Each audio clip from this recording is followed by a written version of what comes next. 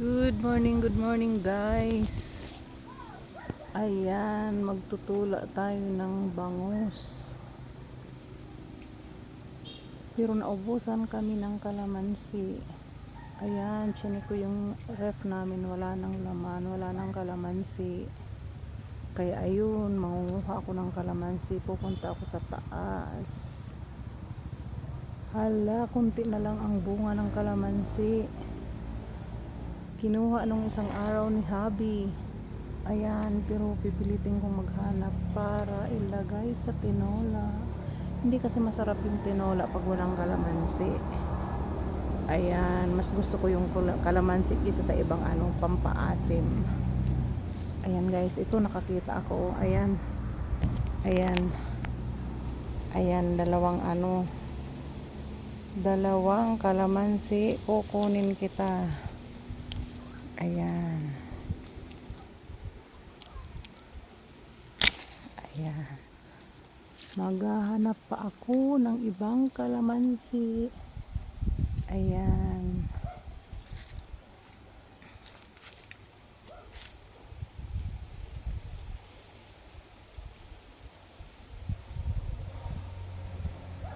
Ayun pa, meron pa yata. Ayan oh. Ayan, kukunin kita. Ayan. Ayan, may isa pa. Ito. Ayan.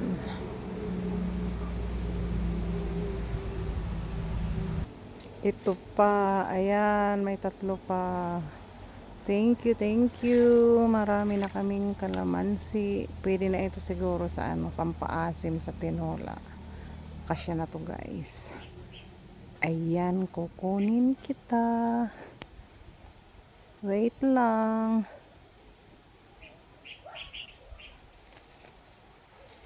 Ayan.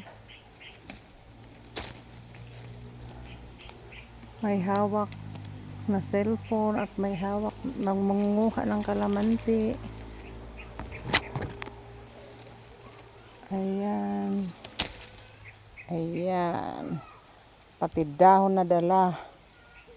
Ayan. Oh. Lagay ko muna dito. Ito pa. Ayan. Nakakatuwa guys. Pag meron kang sariling tanim. At least hindi mo na kailangang bilhin sa merkado. Ayan. Okay na to guys. Bilangin ko mamaya pagdating ko doon sa baba. Ayan guys, ang puno ng kalamansi namin. Ayan o.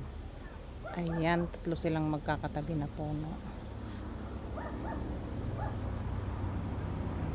Ayan, hindi na namin kailangang bumili sa merkado. Hindi na namin kailangang pumunta sa palengke kasi meron na kaming tanim. At least bawas-bawas na rin sa nabawas-bawasan na rin yung panggastos namin. Ayan, ang mahal kasi ng kalamansi. Ayan, may isa pang bunga oh. Ayan.